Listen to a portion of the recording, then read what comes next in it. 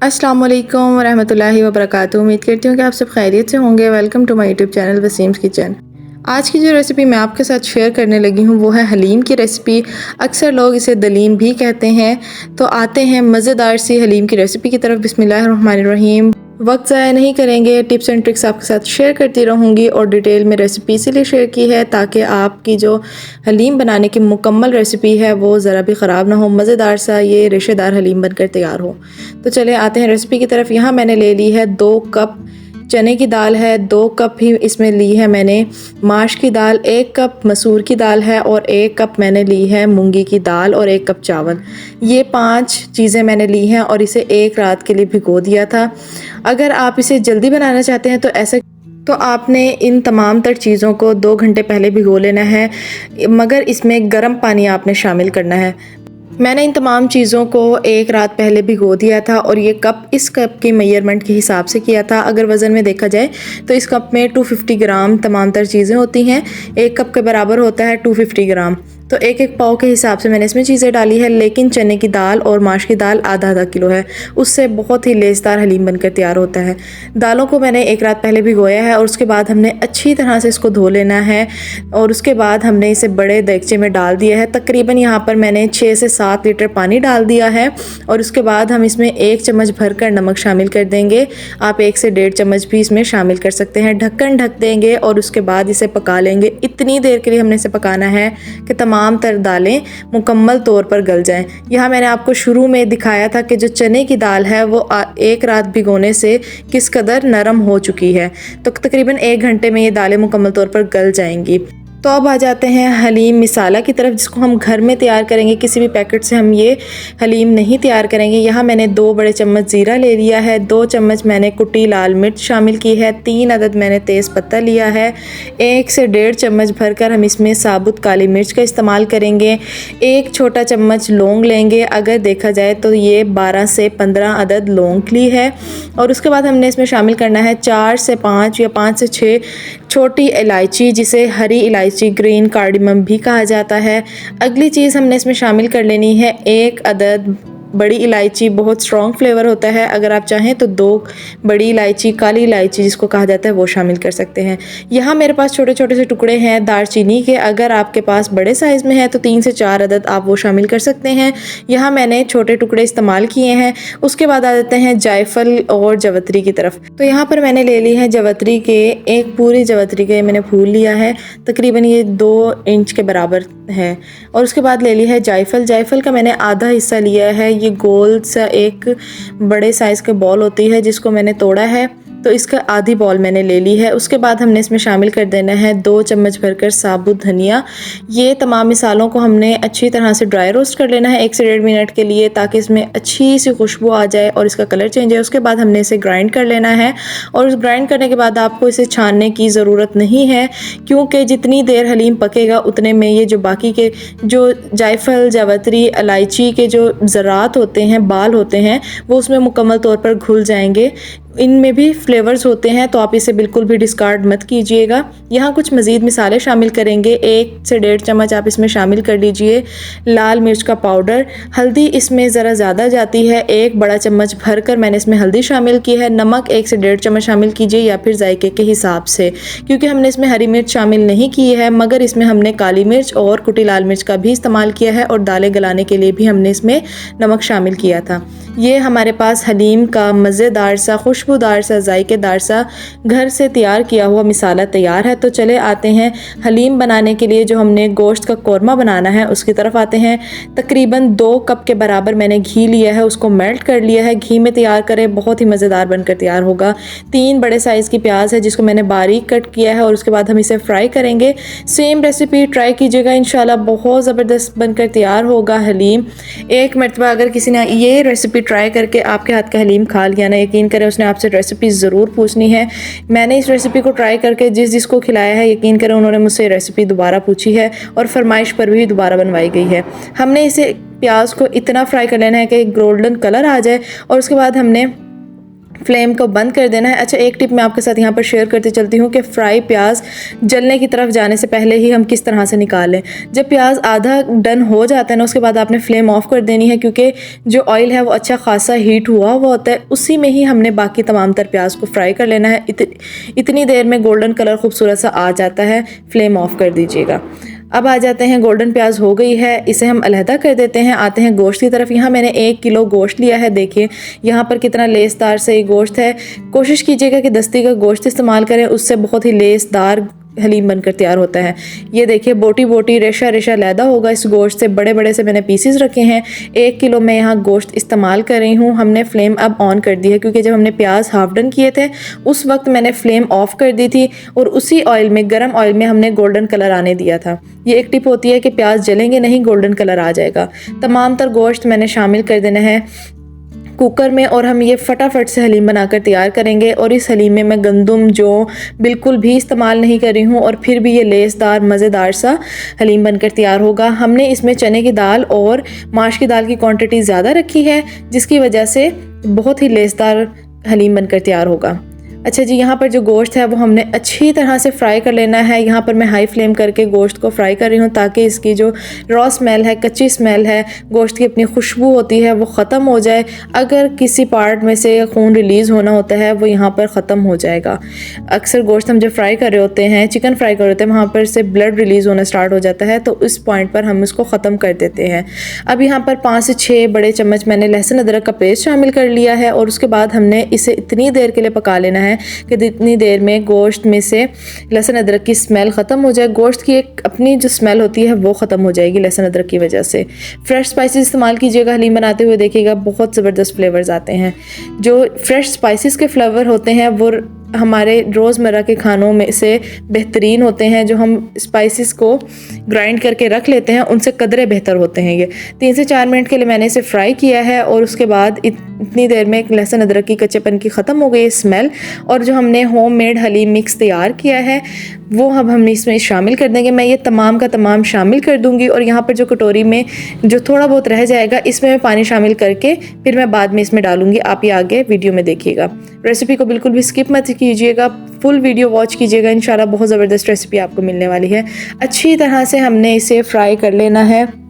यहाँ पर मैंने फ्लेम मीडियम कर दी है और ये मज़ेदार सी खुशबू आना शुरू हो गई। जैसे इसमें हमने स्पाइसेस डाले हैं ना, यकीन करें इतनी ज़बरदस्त खुशबू आती है, इतनी ज़बरदस्त जो इसका फ्लेवर बनकर तैयार होता है। तकरीबन 6 से 7 बड़े चम्मच खाने वाले जो चम्मच हैं वो हलीम मिक्स तैयार हुआ है। अब हमने देखें जो फ्राई कर रहे हैं वो देखें आप किस तरह से अच्छी तरह से मुकम्मल तौर पर भून चुका है। जो मैंने आपको बताया था कि प्याली में थोड़ा बहुत मिसाला रह गया था, उसमें थोड़ा सा पानी डाल के हमने इसमें शामिल कर देना है, क्योंकि ये मिसालों की भुनाई हो रही है। तो ये ना हो कि जो मिर्चें हैं वो जल जाएं और हमारा जो हलीम है उसमें से जले हुए की स्मेल आ जाए। इस चीज़ का हम ख्याल रखेंगे और उसमें थोड़ा सा पानी शामिल कर देंगे, 1.5 से 2 टेबल स्पून के बराबर। और उसके बाद फिर हमने इसमें शामिल कर देनी है दही। दही मैंने 1 बड़ा कप ले ली है, यानी कि 250 ग्राम ही आप समझे कि मैंने इसमें दही शामिल की है। अगर आप ज़्यादा क्वान्टिटी में बना रहे हैं तो आप चीज़ों का वज़न कम या ज़्यादा भी कर सकते हैं, क्वांटिटी कम या ज़्यादा भी कर सकते हैं। दही को हमने अच्छे से फेंटने के बाद इसमें शामिल करना है। तकरीबन 4 से 5 मिनट के लिए हमने मज़ीद इसकी भुनाई कर देनी है, ताकि इसका जो दाना है वो ख़त्म हो जाए और जो दही डालने के बाद पानी होता है वो भी जज्ब हो जाए। अच्छे से हमने इसकी भुनाई कर लेनी है। फिर हमने इसमें शामिल कर देना है पानी। पानी हमें तकरीबन 1.5 से 2 लीटर भी शामिल करूँगी। भुनाई करते हुए जो हमने प्याज देखे कितने खूबसूरत से गोल्डन कलर आया हुआ है प्याज में, अभी तक इसका कलर चेंज नहीं हुआ है। ये एक टिप थी जो मैंने आपके साथ शेयर की है। इसी तरह से अगर आप किसी भी किस्म का प्याज फ्राई करेंगे तो यकीन करें कि प्याज बिल्कुल भी फ्राई होने के बाद भी अक्सर प्याज का कलर चेंज हो जाता है, ये बिल्कुल नहीं होगा। आधा प्याज मैंने इस वक्त शामिल कर दिया है और आधा प्याज मैं बाद में शामिल करूंगी, यानी कि जब हम सर्व करेंगे उस वक्त हम आधा प्याज शामिल करेंगे। यहाँ पर हमने प्याज डालने के बाद भी 3 से 4 मिनट के लिए अच्छी तरह से भुनाई कर देनी है। ये मज़ेदार सा कौरमा बनकर तैयार हो रहा है हलीम के लिए। यहाँ पर आप नमक मिर्च चख सकते हैं। अगर आपको नमक मिर्च में कोई भी चीज़ कम या ज़्यादा लगे तो आप इसमें ऐड कर सकते हैं। अगर आपको मिर्च कम लग रही है तो आप इसी टाइम पर ऐड कर दीजिएगा। नमक तो आप बाद में भी शामिल कर सकते हैं, क्योंकि दाल बिल्कुल भी इसमें नमक मिर्च नहीं होता है। दाल में बराए नाम जैसे कि हमने नमक डाला है, तो इस वजह से हमने कौरमे में ज़रा नमक मिर्च तेज़ ही रखना होता है। तो इस चीज़ का आपने ख्याल रखना है। यहाँ पर हो गई है ज़बरदस्ती भुनाई। ऑयल देखिए साइड पर रिलीज़ हो गया है। हमने 2 कप ही ऑयल डालना है और इसी से अच्छी खासी तरी आ गई है। घी मैंने 1.5 कप लिया था, जिसको मैंने मेल्ट करने के बाद 2 कप बन गया था, वो मैंने शामिल किया है। यहाँ पर मैंने 1 से 1.5 लीटर पानी शामिल किया और उसके बाद मैंने कुकर लगाकर इसको इतनी देर के लिए प्रेशर कुक कर देंगे कि जितनी देर में जो गोश्त है वो मुकम्मल तौर पर टेंडर हो जाए। वो मैं आपको आगे दिखाती चलती हूँ कि गोश्त किस कदर हमें सॉफ्ट चाहिए। तो यहाँ पर तकरीबन 30 से 35 मिनट में मुकम्मल तौर पर गोश्त गल गया है और यहाँ पर दालों की कंडीशन आप देखें कि मुकम्मल तौर पर सॉफ्ट हो गई हैं। यहाँ जो हमने 6 से 7 लीटर पानी शामिल किया था उसमें ही ये दाने मुकम्मल तौर पर गल चुकी हैं। यहाँ पर आपके पास 2 ऑप्शन है कि आप इसे जूसर में डालकर इस तरह से ग्राइंड कर सकते हैं, इस तरह से भी आप करना चाहें तो कर सकते हैं। अगर आपके पास हैंड ब्लेंडर है तो आप उसे भी इसी देगचे में ही ब्लेंड कर सकते हैं। मेरे पास वो अवेलेबल नहीं था तो मैंने जूसर में कर लिया। अगर आपके पास चॉपर है तो आप चॉपर में भी कर सकते हैं, क्योंकि दालें मुकम्मल तौर पर गल चुकी हैं। इस तरह से मैं तमाम तर दालों को ग्लैंड कर लूँगी। और अब आते हैं गोश्त की तरफ। यहाँ पर प्रेशर हमने रिलीज़ करने के बाद गोश्त की कंडीशन चेक करनी है। मैं आपको दिखाती हूँ कि गोश्त की कंडीशन इस वक्त क्या है। जब आप ये प्रेशर कुकर का ढक्कन हटाएंगे ना तो उस वक्त देखिएगा कि खुशबू कितनी ज़बरदस्त आ रही होगी। और यहाँ पर देखें घी हमने इस्तेमाल किया है तो वो देखें ऊपर वाली तह तक अब तक घी इसमें मौजूद है। हालांकि हमने इसमें हल्दी की क्वांटिटी ज़्यादा डाली थी। हल्दी की ज़्यादा क्वांटिटी डालने से क्या होता है कि अक्सर खाने में तरी गायब हो जाती है, मगर आप इसके लुक खुद देखें और फिर देखें। ये देखिए गोश्त किस कदर हमने गला लिया है कि चम्मच से हम इसको रेज़ा रेज़ा करना चाहें तो ये रेज़ा रेज़ा भी हो रहे हैं।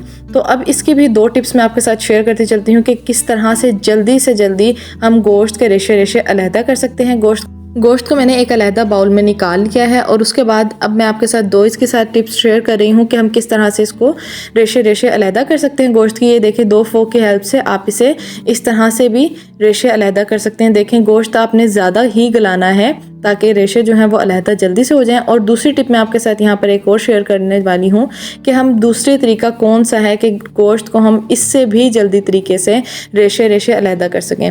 आप इसे स्टील की थाली में रख लीजिए तमाम तर गोश्त को निकाल कर, और उसके बाद जो हमारे पास साग घोटने के लिए मकसूद इस्तेमाल किया जाता है, खिचड़ी घोटने के लिए मकसूद इस्तेमाल किया जाता है, दलिए के लिए हम मकसूद इस्तेमाल करते हैं, उसी से ही हम इसके रेशे रेशे को अलहदा करेंगे। ये देखिए आपने इसको हल्का हल्का सा प्रेस करते जाना है और इसके रेशे अलहदा होते जाएंगे। तकरीबन 3 से 4 मिनट में मुकम्मल तौर पर यहाँ पर रेशे अलहदा हो जाएंगे। और अगर यहाँ पर ज़रा भी कोई फ़ैट हुआ या कोई रेशा चर्बी कुछ भी अलहदा होना होगा तो वो इसी पॉइंट पर हो जाएगा। यहाँ पर बोटियों में ज़रा सा अगर कोई रेशा या कोई कुछ भी ऐसी चीज़ हुई जो हमें डिस्कार्ड करनी होगी बोटी को अलहदा चुनते हुए, तो वो यहाँ पर खुद ब खुद इजीली हो जाएगी। तो यहाँ पर तमाम तर गोश्त को मैंने क्या कर लिया है, रेशे रेशे अलहदा कर लिए हैं। अब मैं इसे दोबारा से इसी बाउल में निकाल दूंगी। और अब अगर आप इसी तरह से इस रेशे को अलहदा रख लेंगे तो क्या होगा कि ये जब जैसे जैसे ये ठंडे होते जाएंगे ये जुड़ जाएंगे। तो इसकी भी एक टिप है कि आप इसमें जो हमने कोरमा तैयार किया था 1 कप के करीब मैंने इसमें शामिल कर दिया और इसे अच्छे से मिक्स कर दिया है, तो ये जुड़ेंगे नहीं। जब हम लास्ट में इन गोश्त को रेशों को जब हम हलीम में शामिल करेंगे तो ये जुड़े हुए नहीं होंगे। आपको जुड़े हुए अलहदा करने में भी मुश्किल नहीं होगी अगर आप इस वक्त में यहाँ पर कोरमा इसमें शामिल करेंगे। तो यहाँ पर मैंने जो दालें थी उन्हें ग्राइंड कर लिया है। यहाँ पर इसके देखिए कितनी लेसदार ये दाल बनकर तैयार हो रही है।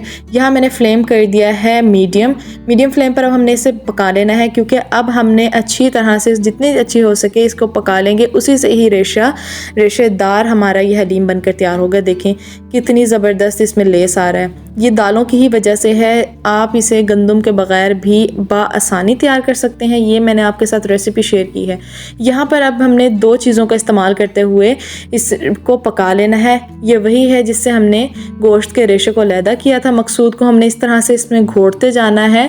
अच्छा जी, अब हमने इसमें शामिल कर देना है गोश्त का जो कोरमा हमने तैयार किया था, वो तमाम तर हमने इसमें शामिल कर देना है। स्पाइसेस अगर नीचे कोई बैठ गए हैं उसमें थोड़ा सा पानी डालें गरम करके, वो भी इसमें डाल दें क्योंकि तमाम तर स्पाइसेस के फ्लेवर इसी तरह से ही आते हैं। यहाँ पर मैंने फ्लेम मीडियम टू हाई कर दी है। आपने फ्लेम अभी अगर मज़ीद पकना बहुत तेज़ी से शुरू हो रहा है तो आपने मीडियम फ्लेम कर देनी है। अगर नहीं पक रहा है तो आपने हाई कर इसको अच्छी तरह से पका लेना है। कोरमे और दालों को तमाम तर को अच्छी तरह से हमने मिक्स करना है। यहाँ पर देखें इसका कलर किस तरह से चेंज हुआ है। कोरमा डालने के बाद थोड़ा सा हमने इसको पीला कलर आने देना है। अब हमने इसमें शामिल कर देने हैं गोश्त के तमाम तर रेशे। अच्छा, आप यहाँ पर ख्याल कीजिएगा कि यहाँ पर मैंने हाथ का इस्तेमाल किया है। अक्सर लोग कहेंगे कि ये क्या कर रही हैं, तो मैंने हाथों को अच्छी तरह से धोकर फिर ही खाना बनाने के लिए हम लोग खड़े होते हैं। अच्छी तरह से हाथ को वॉश करने के बाद आप इस तरह से गोश्त को डाल ही सकते हैं।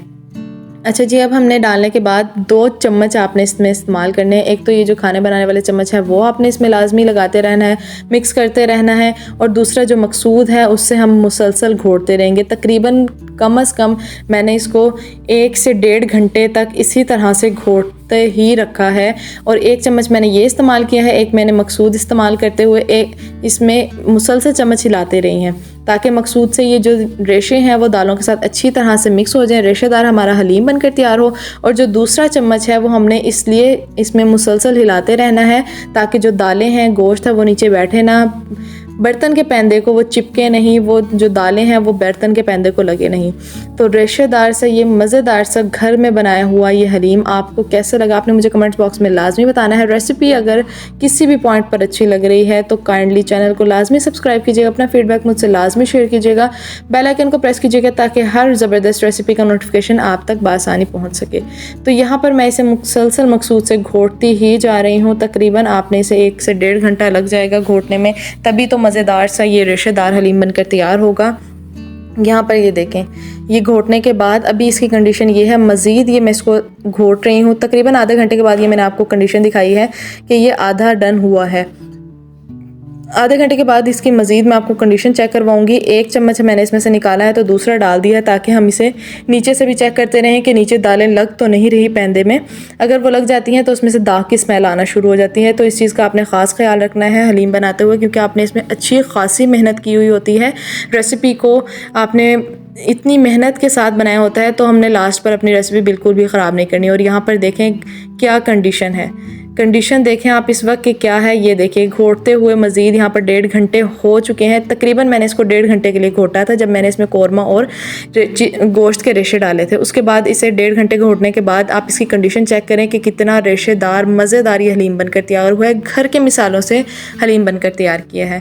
उसके बाद हमने, अगर आप चाहें तो इस तरह से इसको तड़का भी लगा सकते हैं, और अगर आप चाहें तो तड़के के बगैर भी हम इसे इसी तरह से सर्व कर सकते हैं, क्योंकि हमने तमाम तर भुनाई और तड़के हमने पहले ही, जब हमने कौरमा तैयार किया था उस वक्त ही हमने तमाम काम कर चुके थे। अच्छा जी, लास्ट में मैंने थोड़ा सा इसमें तड़का फिर भी शामिल किया था, खूबसूरती के लिए, डिज़ाइनिंग के लिए और जायके के लिए। यहाँ पर हमने इसको सर्व कर देना है।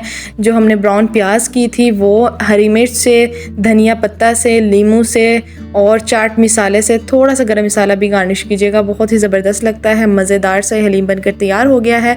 आप इसे चाहें तो चपाती, चावल, नान के साथ सर्व कर सकते हैं, दही के साथ, सलाद के साथ इसे इंजॉय कीजिएगा। मेरी रेसिपी को ट्राई कीजिएगा, अपना फीडबैक मुझसे लाजमी शेयर कीजिएगा। इतनी ज़बरदस्त मज़ेदार सी रेशेदार हलीम की रेसिपी के लिए एक लाइक और कमेंट तो बनता ही है। रेसिपी को ज़्यादा से ज़्यादा शेयर कीजिएगा। अपना ख्याल रखिएगा, अपने प्यारों का ख्याल रखिएगा, मुझे दुआ में याद ज़रूर रखिएगा। अल्लाह हाफिज़।